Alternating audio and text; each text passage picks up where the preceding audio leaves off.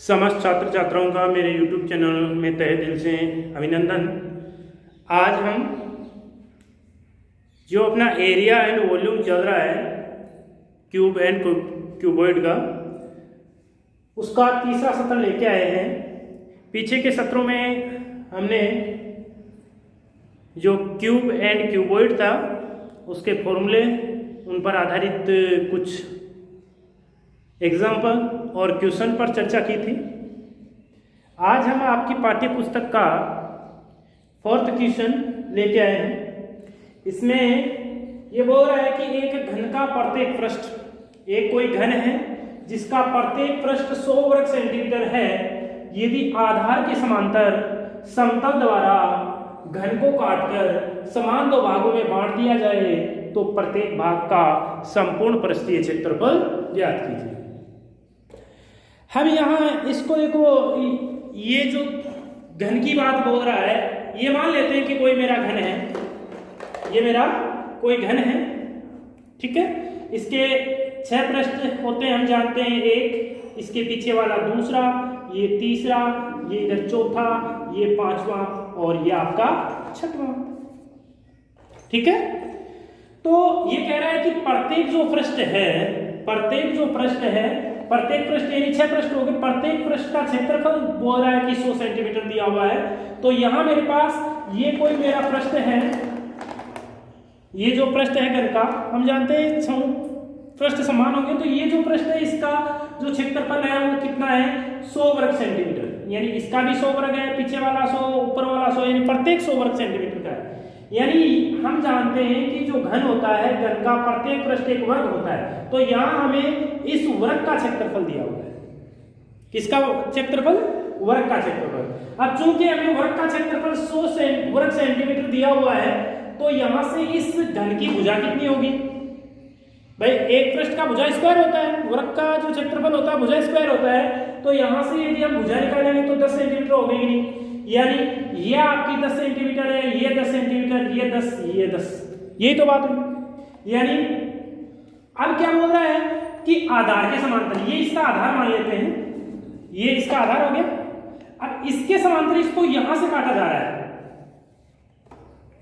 आधार ये नीचे वाला हो गया, इसके समांतर इसको ऐसे काटा जा रहा है। तो अब देखिए इसके 2 भाग बन गए, ये पहला भाग, ये दूसरा भाग।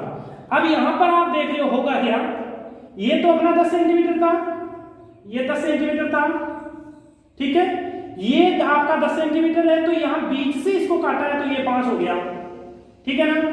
और क्या हुआ, देखिए ये 5 हो गया, ये आपका 10 हो गया, ठीक है। और इसकी चौड़ाई कितनी होगी, ये ऊंचाई 5 होगी, केवल ऊंचाई पे फर्क पड़ेगा, चौड़ाई तो यही रहेगी जितनी पहले थी।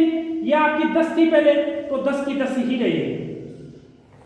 क्या हुआ, आपने यहां देखा कि जब इस घन को समतल के समांतर यहां से ब्रेक किया जाता है तो समान पार्ट बन गए, ठीक है, 2 समान भाग बन गए। इनमें आपकी लंबाई ये रहेगी, चौड़ाई जो पहले थी वही रहेगी। अंतर आएगा तो किसमें आएगा, ऊंचाई आधी हो जाएगी, यानी 5 होगी। चलो आगे इसको करते हैं। जब ऐसा हुआ तो यहां ये अब घन न रह करके आपका घनाभ बन जाएगा, क्यूबॉइड बन जाएगा। तो इस पर चर्चा करते हैं। देखिए दिया है घन के प्रत्येक पृष्ठ का क्षेत्रफल बराबर 100 वर्ग सेंटीमीटर। इसलिए प्रत्येक पृष्ठ की कोण या भुजा कितनी हो जाएगी, 10 सेंटीमीटर होगी कि नहीं होगी? या लिखना चाहो तो ऐसे लिख सकते हो, √100 तो 10 सेंटीमीटर।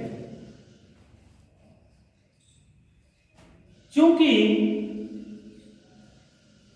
घन को समतल के समांतर, आधार के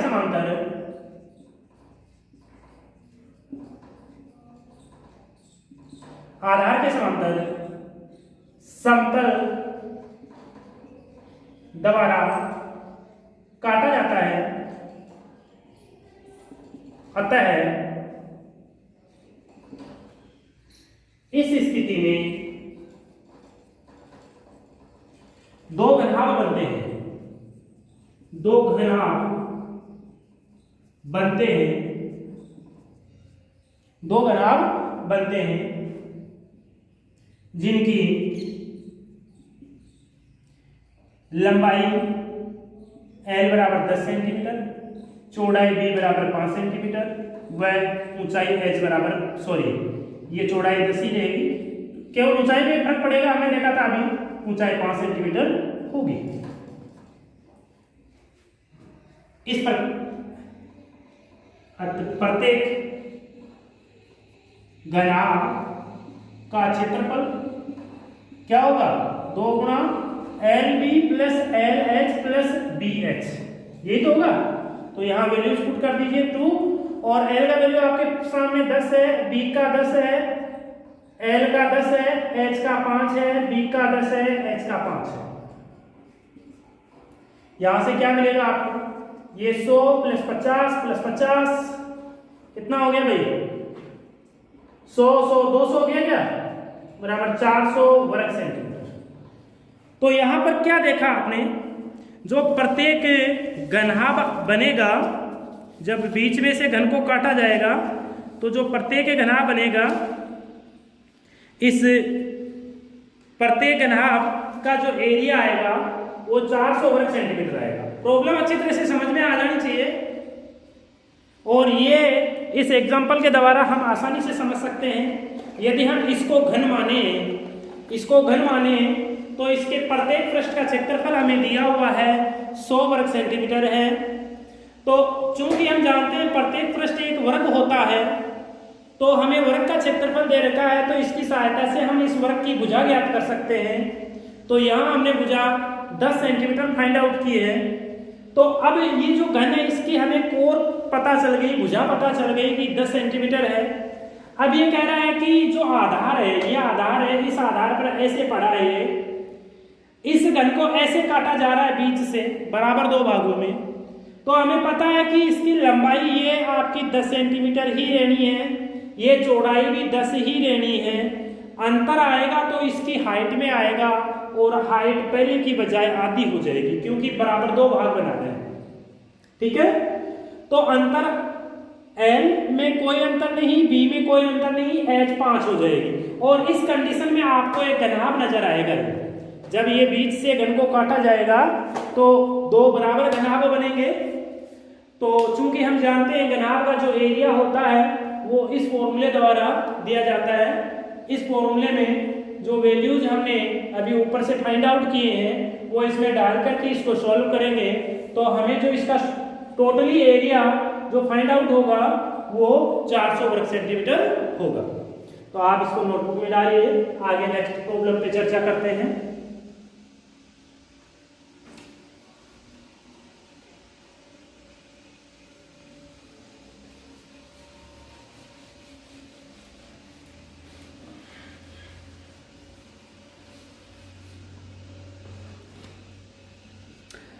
आगे अपने पास 5 नंबर का जो प्रॉब्लम है वो देखिए क्या है। क्या कह रहा है कि एक कोई बगैर ढक्कन का एक बक्सा है जो 3 सेमी मोटी लकड़ी का बना है, यानी बक्से की लकड़ी की मोटाई, बक्से की लकड़ी की मोटाई 3 सेंटीमीटर है। आगे बोल रहा है इसकी बाहरी लंबाई, यानी बाहर की जो लंबाई है, बाहरी लंबाई 146 सेंटीमीटर है। बाहरी लंबाई को कैपिटल L से लिख देता हूं, और बाहरी चौड़ाई जो है इसको कैपिटल B से लिख देता हूं, 116 सेंटीमीटर है। और जो बाहरी इसकी हाइट है वो आपकी इसमें दे रखी है 83 सेंटीमीटर। फिर बोल रहा है इसके अंदर की ओर पेंट कराने का खर्च ज्ञात कीजिए। पेंट की दर 2 रुपए प्रति 1000 वर्ग सेंटीमीटर है। तो प्रॉब्लम क्या है एक्चुअल में आपके सामने एक्चुअल में प्रॉब्लम है कि कोई लकड़ी का कोई एक बक्सा है, उस लकड़ी के बक्से की जो मोटाई वो 3 सेंटीमीटर है। अब इस लकड़ी का जो बॉक्स है उसको यदि बाहर से बाहर मापा जाए तो यह आपका 146 सेंटीमीटर लंबा है, 116 सेंटीमीटर चौड़ा है और 83 सेंटीमीटर मोटा है। अब ये कह रहा है कि इस बक्से के अंदर हमें क्या करना है, पेंट करवाना है, तो उसका खर्चा बताइए। आप सपोज कर लीजिए कि यह आपके सामने कोई बक्सा है। अब यहां हमें पता है कि ये जो लकड़ी है वो इतनी मोटी है, इधर ये लकड़ी मोटा है, चूंकि इसके ढक्कन नहीं है तो सेम ऐसा रहेगा, यह आपकी लकड़ी की मोटाई हो जाएगी। ठीक, अब ये जो लकड़ी की मोटाई है 3 सेंटीमीटर है। कितनी सेंटीमीटर है? 3 सेंटीमीटर इधर है। तो टोटल बाहर से बाहर हमें जो लंबाई दे रखी है वो 146 सेंटीमीटर दे रखी है। अब हमें जो पेंट करना है वो अंदर की साइड करना है, तो इस लकड़ी की जितनी मोटाई है वो तो यहाँ से बाहर निकलेगी, क्योंकि अंदर से अंदर, बाहर से बाहर माप देखें तो लंबाई की 146 है, तो अंदर से अंदर कितनी होगी? तो अंदर से अंदर देखिए 3 सेंटीमीटर इधर मोटी लकड़ी है, 3 सेंटीमीटर ये 6 सेंटीमीटर कम हो जाएगी, होगी कि नहीं होगी? तो जो भीतरी लंबाई इसको छोटे एल से लिख देता हूं, ये 146 माइनस 6 बराबर 140 सेंटीमीटर होगी कि नहीं होगी? इसी प्रकार इसकी ये चौड़ाई है, तो इधर ये लकड़ी है 3 सेंटीमीटर, इधर ये लकड़ी है 3 सेंटीमीटर, तो ये जो इसकी चौड़ाई है ये भी 3 और 3 6 सेंटीमीटर कम हो जाएगी, तो इसको छोटे बी से लिख देता हूं और ये 116 माइनस 6 बराबर 110 सेंटीमीटर हो गया। इसी प्रकार इसकी हाइट है। अब हाइट को देखिए आप, हाइट बोल रहा है कि ढक्कन नहीं है तो ऊपर लकड़ी नहीं है, केवल नीचे लकड़ी है, तो ये 3 सेंटीमीटर है। टोटल हाइट 83 है और ये ऊपर ढक्कन नहीं है, तो नीचे वाली लकड़ी काम में आएगी। यदि भीतरी इसकी ऊंचाई देखें तो भीतरी ऊंचाई को छोटे एच से लिखूं तो ये 83 माइनस 3 सेंटीमीटर होगा। यह आपको क्लियर हो जाना चाहिए कि यहाँ 3 ही क्यों घट रहा है, बाकी में 6 क्यों घट रहा है, क्योंकि ढक्कन नहीं है तो ऊपर तो लकड़ी है ही नहीं, नीचे केवल नीचे है, तो यहाँ 3 ही घटेगा, तो यह आपका 83 सेंटीमीटर हो गया। चूंकि आपको यहाँ पेंट जो करना है वो अंदर की साइड करना है, इसलिए आपने अंदर की जो मेजरमेंट है वो फाइंड आउट की है। यदि आप बाहर की तरफ इसके पेंट करते तो आपके सामने जो ये दी हुई माप थी, इन्हीं को आप आधार मान करके आप अपना जो टोटली एरिया है वो फाइंड आउट कर लेते। तो हम यहाँ पर अब इसका जो इंटरनल एरिया है बॉक्स का वो फाइंड आउट करने जा रहे हैं, तो लिख देते हैं बक्से का भीतरी क्षेत्रफल। आप संपूर्ण क्षेत्रफल लिखो तो कोई दिक्कत नहीं है, क्षेत्रफल लिख रहे हो तो संपूर्ण आ जाएगा। यह आपका 2 into L B plus L H plus B H ये हो जाएगा। लेकिन आप थोड़ा ध्यान दीजिए, इसके ढक्कन नहीं है तो फिर आपको जो ऊपर का जो क्षेत्रफल है उसको वापस घटाना पड़ेगा, यानी एलबी को वापस घटाना पड़ेगा। संपूर्ण पृष्ठीय क्षेत्रफल यानी जब समूह फलक होते इसके ऊपर भी हमें पेंट करना होता, यदि ढक्कन के भी पेंट करना होता तो हमारा ये फॉर्मूला होता, यानी संपूर्ण पृष्ठीय क्षेत्रफल आता। आप लिखना चाहो तो लिख सकते हो,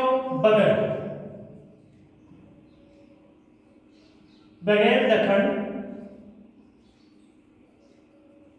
ढक्कन के बक्से का भीतरी क्षेत्रफल ये होगा। भाई ये तो हो गया संपूर्ण पृष्ठीय क्षेत्रफल। अब चूंकि हमें पता है ढक्कन नहीं है, अब ढक्कन नहीं है तो ढक्कन का क्षेत्रफल, इसका क्षेत्रफल कैसे निकालोगे? यह आपका जितना फर्श है, फर्श कितना है, लंबा है चौड़ा है, तो लंबाई गुना चौड़ाई, तो जितना फर्श है उतना ही ऊपर के ढक्कन का क्षेत्रफल होगा। तो ढक्कन यहाँ नहीं है तो ढक्कन को हमने वापस हटा दिया। देखिए अब 2 इंटू एल कितना है 140, बी कितना है 110 प्लस आपका एल कितना है 140, एच कितना है 80 प्लस बी कितना है 110, एच कितना है 80 माइनस एल कितना है 140 और एच बी कितना है 110। यहां से देखिए 2, यहां 1 0 2 0 है तो इन 2 0 को तो मैं लगा देता हूं। फिर 14 एकम 14 हासिल की आपकी कितनी बचेगी 1, 14 एकम 14, 14 1 15 प्लस यदि यहां देखें तो 2 0 तो है ये आपका 14 × 126 हो जाएगा, सॉरी 112 हो जाएगा, प्लस 11 8 88 ये चीज ठीक है, माइनस वही आपका 15 400। अब यहां से इसको थोड़ा सिंप्लीफाई कर लेते हैं। देखो सब में 2 2 0 है तो ये एडिशन करने में 2 0 8 2 10 10 प्लस 4 14 कैरी 1 8 8 9 9 और 5 कितना हो गया 14 14 8 15 कैरी 1 तो 1 1 2 3। एक सेकेंड आप दोबारा भी देख सकते हो। देखिए 2 0 हो गए, 8 2 10 10 और 4 14 हासिल का 1 8 और 1 9 9 और 5 14 14 और 1 हासिल वाला 15 हासिल का 1 तो 1 1 2 सही है। आगे इसको मल्टीपल कर देते हैं तो 0 0 तो है 8 5 2 10 6 1 7 ओके, माइनस 15 400 कितना आया 0 0 आपका बनेगा ही 8 में से 4 गया 4 और फिर आपका 0 में से 5 जाएगा नहीं तो 10 में से 5 गया तो 5 और फिर 6 6 में से गया तो 5 कितना हो गया 55,400 वर्ग सेंटीमीटर आपका टोटली एरिया आ गया। अब देखिए पेंट की दर 2 रुपए प्रति 1000 वर्ग मीटर है तो लिख दीजिए प्रति 1000 वर्ग सेंटीमीटर पेंट का खर्च, चूंकि प्रति 1000 वर्ग मीटर से पेंट का जो खर्च है वो 2 रुपया है, इसलिए प्रति 1 वर्ग सेंटीमीटर जो पेंट का खर्च आएगा वो आपका 2/1000 आएगा कि नहीं आएगा।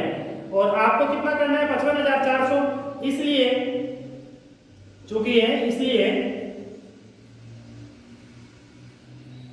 55,400 वर्ग सेंटीमीटर जो आपको पेंट करवाना है उसका जो खर्चा आएगा वो आएगा 2/1000 इंटू 55,400। 2 0 से ये 2 0 कैंसिल आउट हो गई, यहां से ये 5 टाइम गया, यहां से जब 5 का भाग देंगे तो 1 1 0 और 8 × 40 कितना हो गया 110 रुपये 80 पैसे।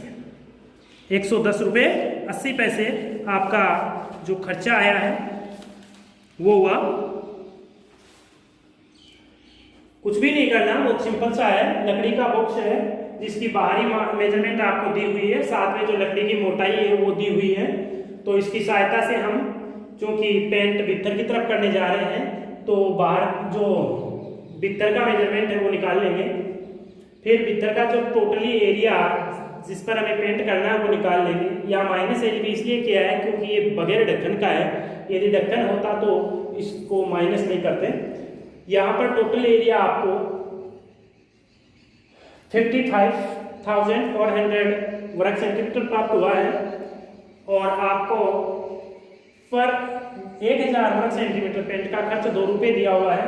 तो 1 वर्ग सेंटीमीटर का आप निकाल लोगे, 1 वर्ग सेंटीमीटर का आप निकाल लोगे, ये आया। फिर ये 55,400 वर्ग सेंटीमीटर का एरिया जो टोटली खर्चा है वो निकालना है, तो आप इसको इसे मल्टीप्लाई करके इस प्रकार से निकाल लोगे। आगे बढ़ते हैं। नेक्स्ट जो प्रॉब्लम है वो है कि एक घनाभ की लंबाई चौड़ाई और ऊंचाई का योग 19। देखिए क्या कह रहा है, ये 5 नंबर का क्वेश्चन था। एक कोई आपके पास क्यूबॉइड है, क्या है कि क्यूबॉइड है, एक घनाभ की क्या कह रहा है, एक घनाभ की लंबाई चौड़ाई और ऊंचाई का योग 19 सेंटीमीटर है। एक घनाभ की लंबाई, या फिर सीधा ये लिख दीजिए प्रश्नानुसार L plus B plus H, ये क्या है, यदि एल बी एच हम घनाभ की लंबाई चौड़ाई ऊंचाई माने तो प्रश्न कह रहा है कि तीनों का जो जोड़ है वो 19 सेंटीमीटर। आगे क्या कह रहा है, विकर्ण की लंबाई 11 सेंटीमीटर है, जो विकर्ण है बराबर 11 सेंटीमीटर है। और क्या बोल रहा है, घनाभ का संपूर्ण पृष्ठीय क्षेत्रफल फाइंड आउट कीजिए, यानी आपको संपूर्ण पृष्ठीय क्षेत्रफल एस फाइंड आउट करना है। क्योंकि देखिए आप जानते हो कि ये चीज आपको गिवन है, चूंकि आपके पास L plus B plus H बराबर 19 है, दोनों तरफ यदि वर्क करोगे तो क्या मिलेगा आपको, L plus B plus H का होल स्क्वायर इक्वल 19 का स्क्वायर। यहां से इसको सिंप्लीफाई करोगे तो L square plus B square plus H square plus 2L L B plus L H plus B H equal 361 हो जाएगा 19 का वर्ग। अब चूंकि जो ये विकर्ण होता है, बट वी नो दैट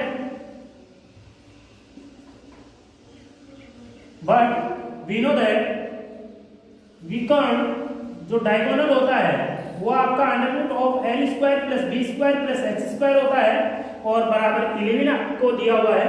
यहां से यदि आप फाइंड आउट करो, दोनों तरफ वर्क करो तो L square plus B square plus H square equal 1 to 1 हो गया। इसको आप इक्वेशन नंबर 1 दे दीजिए, इसको 2 दे दीजिए। बाय फर्स्ट एंड 2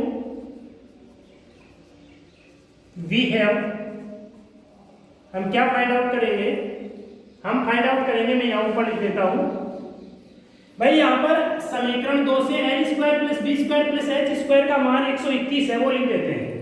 तो ये वैसा मैंने यहां लिख दिया, या आपका जो कुछ पड़ा है उसको लिख देते हैं बराबर 361। यहां से ये 2 into L B plus L H plus B H equal 361 minus 121। यहां से हम जानते हैं कि ये जो फॉर्मूला है ये तो घनाभ का पृष्ठीय क्षेत्रफल होता है, तो लिख देते हैं घनाभ का संपूर्ण पृष्ठीय क्षेत्रफल बराबर 1 में से 1 गया 0, 6 में से 2 गया 4 और 3 में से 1 गया 2, 240 वर्ग सेंटीमीटर। तो जो संपूर्ण पृष्ठीय क्षेत्रफल आएगा उस क्यूबॉइड का वो आएगा 240 वर्ग सेंटीमीटर। ठीक है, आगे बढ़ते हैं। आगे आपको ये 6 नंबर का प्रॉब्लम था। जो 7 नंबर का प्रॉब्लम है वो है कि एक 6 मीटर भुजा वाले वर्गाकार फर्श के कमरे में 180 घन मीटर हवा है, तो कमरे की ऊंचाई बताइए। हटा देता हूं इसको, आप अपनी नोटबुक में डाल लीजिएगा।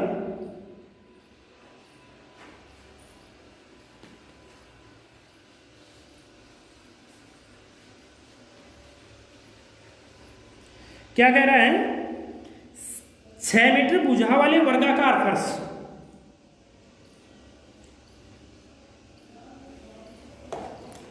इसी को सपोज कर लीजिए, इसको वर्गाकार मान लीजिए, जितना ये है उतना इसको मान लीजिए।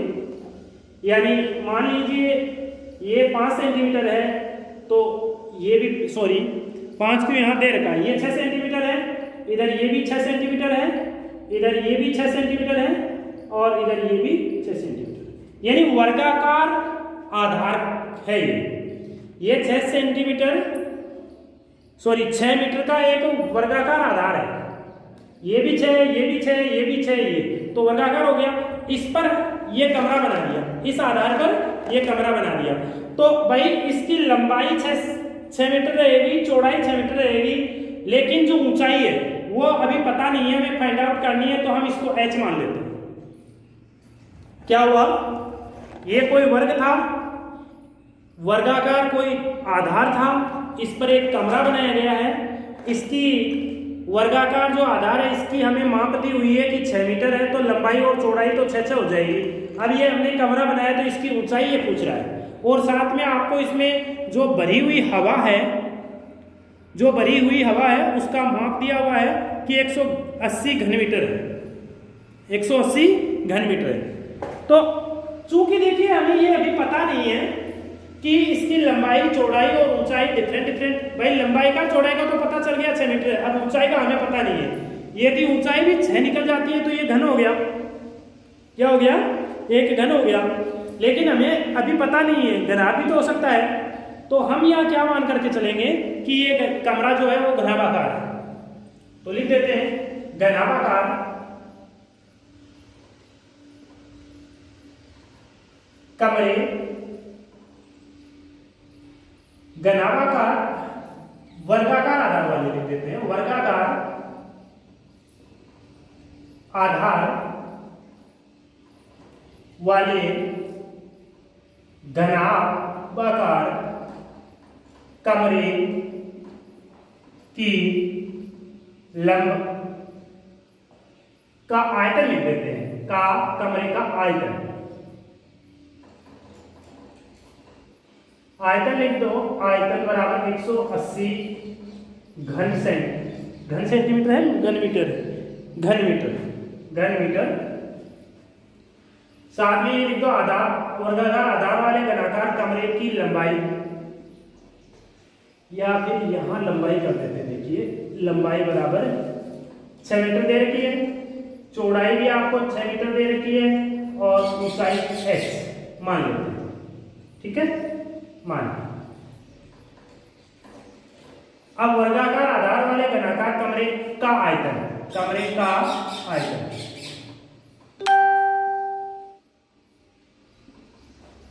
आयतन बराबर 180 घन मीटर आपको दे रखा है। चूंकि घनाभाकार है तो हम जानते हैं घनाभ का जो आयतन होता है LBH होता है बराबर 180।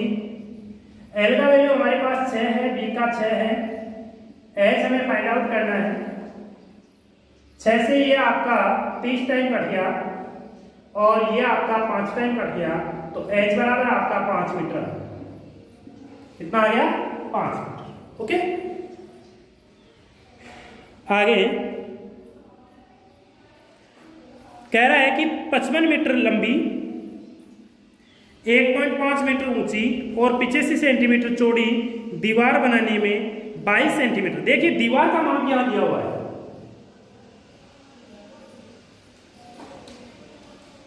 नेक्स्ट क्वेश्चन है 8 नंबर। दीवार की लंबाई कैपिटल है, कितनी है? 44 मीटर है। कैपिटल भी दीवार की चौड़ाई ले लेते हैं,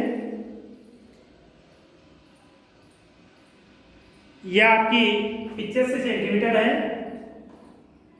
और ऊंचाई जो है कैपिटल H ले लेते हैं, यह आपकी 1.5 मीटर है, 1.5 मीटर। ठीक है, फिर आगे क्या कह रहा है ये? दीवार की माप दे दिया आपको कि 44 मीटर लंबी, 1.5 मीटर ऊंची और 85 सेंटीमीटर चौड़ी दीवार बनाने में 22 सेमी गुणा 10 सेमी गुणा 5 सेमी माप की कितनी ईंटों की आवश्यकता होगी? ईंट की लंबाई छोटा है ले लेते हैं, यह आपकी दे रखी है 22 सेंटीमीटर, चौड़ाई इसकी दे रखी है 10 सेंटीमीटर, और ऊंचाई आपको दे रखी है 7 सेंटीमीटर। ठीक है, यानी आपको क्या दिया हुआ है? एक तो दीवार दी हुई है, दीवार बनानी है। कितनी लंबी दीवार बनानी है? 44 मीटर लंबी दीवार बनानी है, जिसकी चौड़ाई 85 सेंटीमीटर होनी चाहिए और ऊंचाई 1.5 मीटर होनी चाहिए। साथ में आपको ईंट की माप दे रखी है कि लंबाई इतनी है, चौड़ाई इतनी है, ऊंचाई इतनी है। तो इस प्रकार की क्वेश्चन में मैंने आपको बताया था कि जब कोई चीज बनाई जाती है, यहाँ दीवार बनाई जा रही है ईंट से, तो हम ईंटों को रख रहे हैं, ईंट भर रहे हैं, दीवार की जगह क्या कर रहे हैं, ईंट भर रहे हैं। जब बढ़ने की बात होती है तो क्या करते हैं, क्षेत्रफल काम में आता है, सॉरी आयतन काम में आता है। तो हम यहाँ क्या करेंगे, दीवार का टोटल जो आयतन है उसमें एक ईंट के आयतन का भाग लगा देंगे तो ईंटों की संख्या आ जाएगी। लेकिन भाग लगाने से पहले हम देखेंगे कि प्रत्येक जो विमा है वो बराबर है नहीं। चूंकि देखिए यहाँ ये मीटर, सेंटीमीटर, मीटर और बाकी सेंटीमीटर, तो इसको सेंटीमीटर में कन्वर्ट कर देते हैं। हम जानते हैं कि 1 मीटर में 100 सेंटीमीटर होता है, तो यहाँ 4400 सेंटीमीटर हो जाएगा। यह आपका पीछे से दे देता है। और 1.5 में 150 सेंटीमीटर हो जाएगा। अब देखिए ईंटों की संख्या, अतः ईंटों की संख्या, ईंटों की संख्या होगी दीवार का आयतन बटे एक ईंट का आयतन।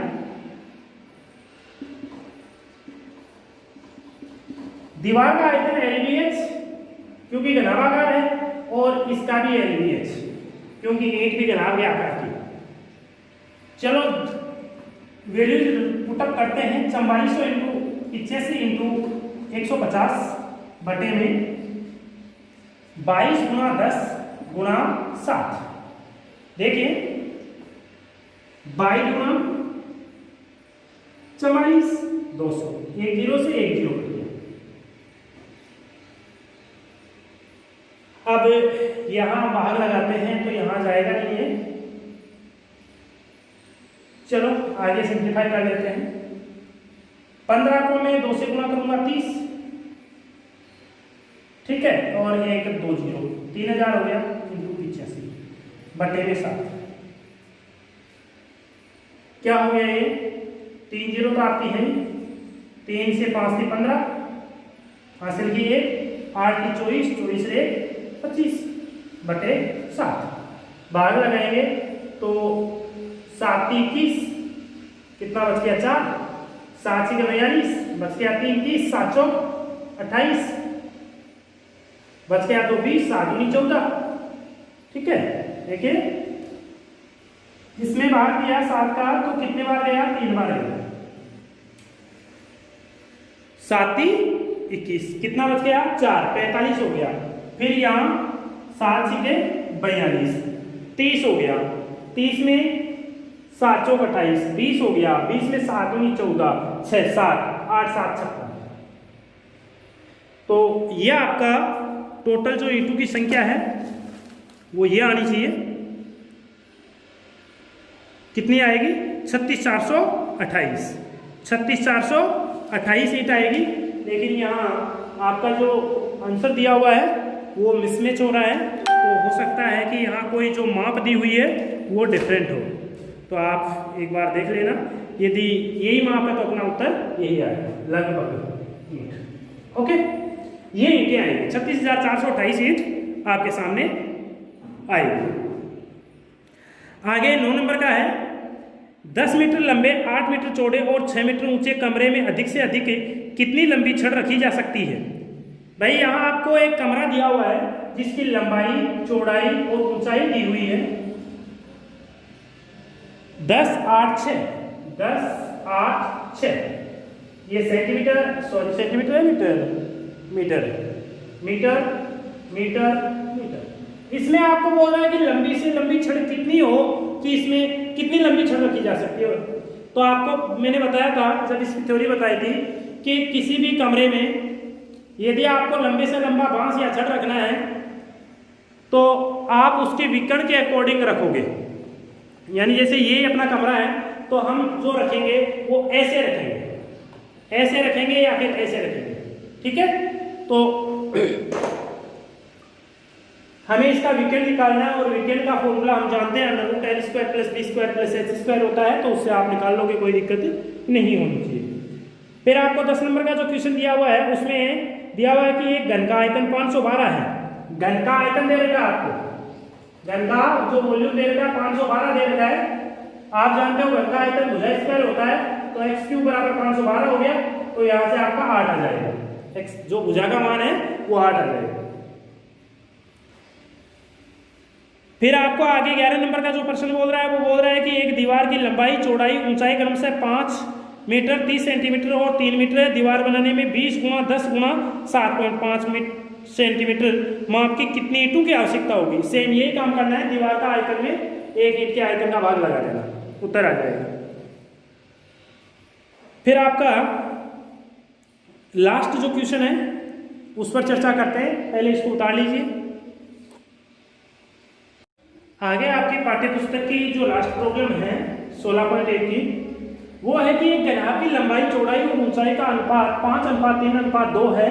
यदि घनाभ का संपूर्ण पृष्ठीय क्षेत्रफल 558 वर्ग सेंटीमीटर है तो कोरों की माप ज्ञात कीजिए। तो यहां आपको गिवन क्या है, दिया है घनाभ की लंबाई चौड़ाई या घनाभ की सीधा लिख दीजिए L, B एंड H का अनुपात बराबर 5:3:2। ओके,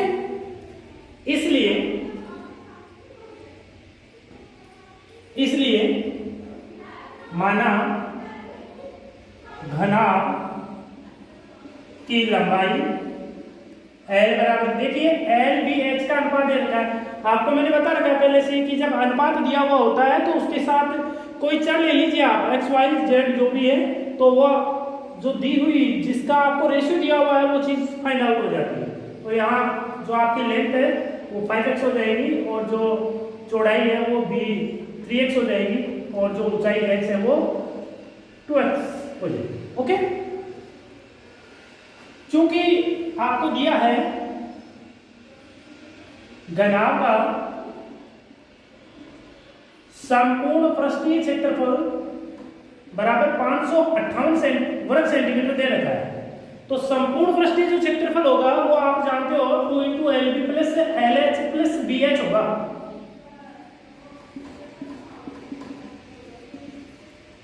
आपके पास वैल्यूज जो ऊपर ऑलरेडी पड़ी है, तो 5x × 3x, L का वैल्यू वही आपका 5x × H का वैल्यू 2x प्लस B का वैल्यू 3x × 2x। ओके, अब देखिए यदि आप इसको कट करना चाहते हो तो कट कर लो, 2 दूनी 4, 1 बच गया 5 15, 7 दूनी 14, 1 18 9।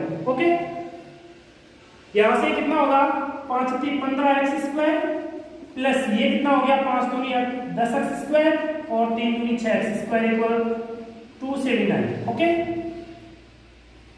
यहां से इसको ऐड कर लेते हैं तो ये हो गया 25, 25 6 31, x² बराबर 279। ठीक है, अब यहां जो x का वैल्यू है वो आप फाइंड आउट करके देखिए, x² बराबर आपका 279/31 आएगा। तो शायद ये 9 बार कंप्लीटली कट जाएगा, तो x² इक्वल आपके 9 आया, तो x बराबर क्या आ गया 3 आ गया, यानी जो x का वैल्यू आया वो 3 आया है। कितना आया है 3 आया है। इसलिए घनाभ की लंबाई कितनी है, घनाभ की लंबाई 5x है, 5 × x की जगह 3 डाल दीजिए तो ये 15 सेंटीमीटर हो गया। इसी प्रकार जो b है 3 × 3 बराबर 9 सेंटीमीटर हो गया और जो h है वो 2 × 3 बराबर 6 सेंटीमीटर हो गया। तो ये आपकी जो विमाएं हैं, जो डायमेंशंस है वो आ जाएगी 15 सेंटीमीटर, 9 सेंटीमीटर एंड 6 सेंटीमीटर। इसी के साथ ये आपकी एक्सरसाइज खत्म होती है। आपसे रिक्वेस्ट है कि इस वीडियो को जितना हो सके उतना ज़्यादा शेयर कीजिए, सब्सक्राइब कीजिए और लाइक कीजिए ताकि इंडिया के हर बच्चे तक ये पहुंच सके। तो आज के लिए इतना ही। कल हम नया सेशन लेकर आएंगे बेलन, सिलेंडर और सिलेंडर पर जो बेस एरिया और वॉल्यूम है उस पर चर्चा करेंगे। तो आज के लिए इतना ही।